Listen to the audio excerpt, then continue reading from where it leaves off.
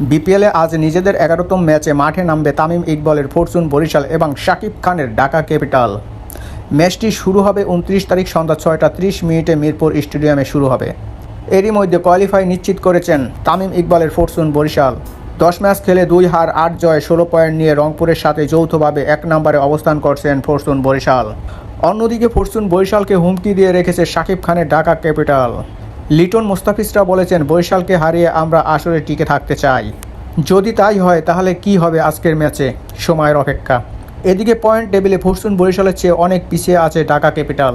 বরিশালের মতো সমান 10 ম্যাচ খেলে 7টিতে হার 3টিতে জয় নিয়ে 6 পয়েন্ট নিয়ে টেবিলে 6 নম্বরে অবস্থান করেছেন ঢাকা ক্যাপিটাল। বরিশালের হয়ে এদিনও থাকছেন না নাজমুল হাসান শান্ত, রিশাদ হোসেন, জাহানদাদা খান, এবাদত হোসেনও।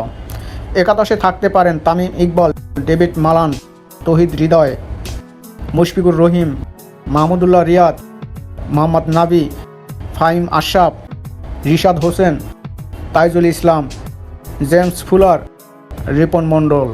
অন্যদিকে শক্তিশালী একাদশ নিয়ে বরিশালকে হারাতে মাঠে নামতে চায় ঢাকা ক্যাপিটাল।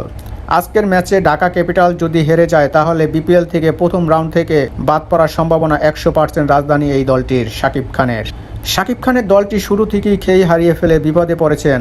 আসরে টিকে থাকতে হলে জয়ের বিকল্প নেই শাকিব খানের এই দলটির। অন্যদিকে টেবিলের 1 নম্বরে অবস্থান করতে হলে জয়ের বিকল্প নেই ফরচুন বরিশালের। তো দর্শক, সবাইকে ম্যাচটি দেখার জন্য অনুরোধ রইল। এই ছিল আজকে আমার ভিডিওতে। আমার ভিডিওটি যদি ভালো লাগে অবশ্যই আমার ভিডিওটি সবাই লাইক কমেন্ট শেয়ার করে দেবেন। ধন্যবাদ সবাইকে, বিশেষ করে সবাই কমেন্ট করে দেবেন, শেয়ার না করতে বলো লাইক করে দেবেন। আপনাদের জন্য আমি চেষ্টা করব ভালো কিছু দেওয়ার জন্য। ধন্যবাদ সবাইকে, আসসালামু আলাইকুম।